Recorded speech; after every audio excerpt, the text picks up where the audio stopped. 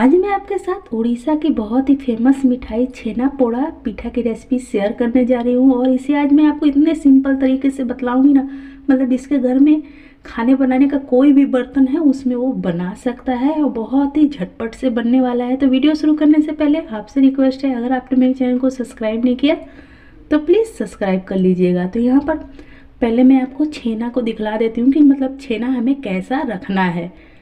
तो मतलब छेना को जैसे फाड़ा, उसे धो लिया और इसे मतलब अच्छी तरह से हमें धो लेना है कि खट्टापन ना रह जाए।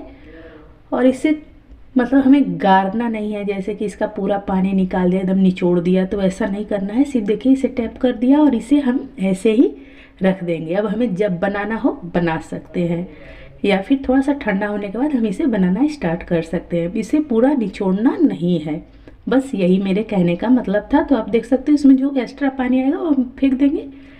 तो यहाँ पर मैंने छेना फाड़ने के 3 घंटे बाद इसी रेसिपी को बनाना स्टार्ट किया। मुझे उस टाइम समय नहीं मिला था। तो यहाँ पर देख सकते हो मेरा छेना कैसा हो चुका है। ठंडी का मौसम होने की वजह से जैसे जम गया है। और आपने पानी भी देखा कि कितना सब थोड़ा सा पानी निकला है, और मैंने उस पानी को हटा दिया, उस पानी को नहीं डालेंगे। छेना को हमें अच्छी तरह से फोड़ लेना है। यहाँ पर छेना को फोड़ लिया और इसमें हम ऐड करेंगे 1 कप चीनी। 1 कप बिल्कुल मेजरिंग कप के बराबर है, मतलब इसमें 190 ग्राम चीनी आया है। तो आप 200 ग्राम तक चीनी ऐड कर सकते हो। छेना हुआ है 500 ग्राम। और इसमें मैं ऐड कर रही हूँ 3 चम्मच सूजी। आप इसमें 4 चम्मच सूजी भी ऐड कर सकते हो। साथ में ऐड करेंगे 1/4 चम्मच इलायची पाउडर। इलायची पाउडर ना हो तो 4 इलायची को कूट कर आप इसमें डाल देना।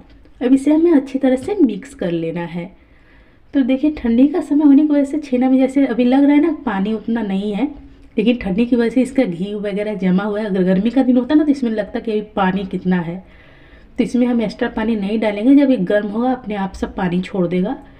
तो कढ़ाई में हल्का सा घी डाल देंगे, 3 चम्मच के लगभग। अब हम क्या करेंगे, अगर आपके पास बटर पेपर है तो आप बटर पेपर लगा देना, लेकिन हर किसी के घर में बटर पेपर नहीं होता है।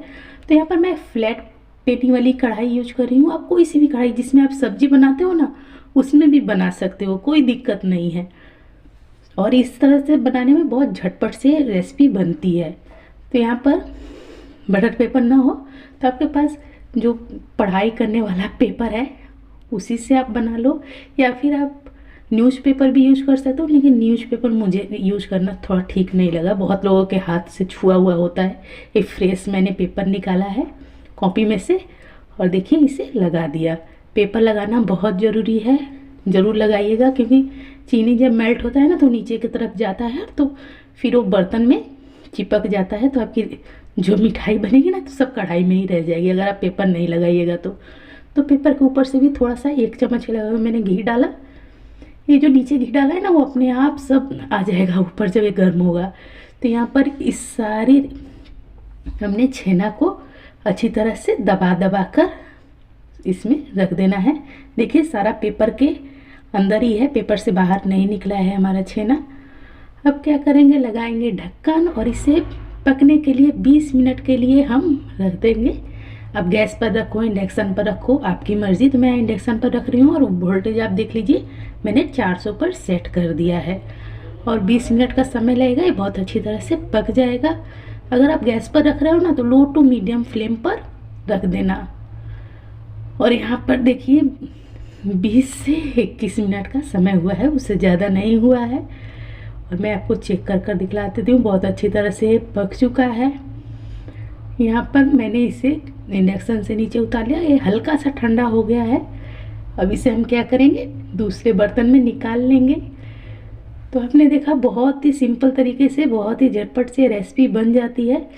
जो इसे ट्रेडिशनली जो बनाया जाता है ना, तो बनाया जाता है कोयले की आंच पर, मतलब नीचे से भी कोयला का आग जो होता है रख दिया, ऊपर से भी कोयला का आग इसके प्लेट पर जो ढक्कन होता है उस पर रख दिया, नीचे ऊपर से दोनों तरफ से पककर ऐसा ही ये लाल हो जाता है दोनों साइड से। तो ये जो है ना लाल हुआ है, तो ये ऊपर से खाने में बहुत क्रंची लगता है और अंदर से सॉफ्ट जूसी, बहुत ही बेहतरीन सी मिठाई है।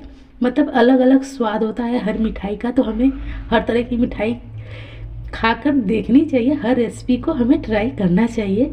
तो अगर आपको मेरी ये सिंपल सी रेसिपी पसंद आई हो ना, तो प्लीज़ प्लीज़ मेरे चैनल को सब्सक्राइब कीजिएगा, लाइक कमेंट शेयर करना मत भूलिएगा। और मैं आपको एक काट कर दिखलाती हूँ कि देखिए कैसा बना है। बहुत ही बेहतरीन सी मिठाई बनकर तैयार हुई है। अगर आपके पास अवन हो तो आप अवन में भी इस रेसिपी को बना सकते हो, उसमें दोनों तरफ से इसमें कलर आएगा, बहुत अच्छी मिठाई बनेगी। अगर आप कढ़ाई में ब्रेक कर बनाना चाहो, मतलब आलू या नमक रखकर, तो आपको 45 से 50 मिनट का समय लग जाएगा।